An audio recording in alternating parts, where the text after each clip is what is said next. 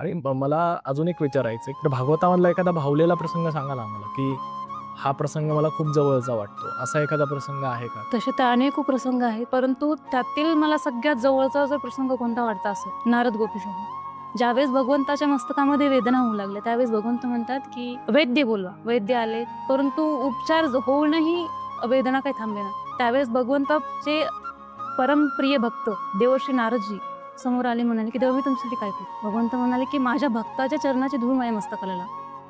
देवर्षी नारदजी म्हणाले की तुम्ही अखंड ब्रह्मांड नायक आहात आणि तुमचा भक्त असा कुठला असेल की स्वतःच्या पायाची धूळ तुमच्या मस्तकाला लावल. भगवंत म्हणतात की आहे. कुठं जाऊ?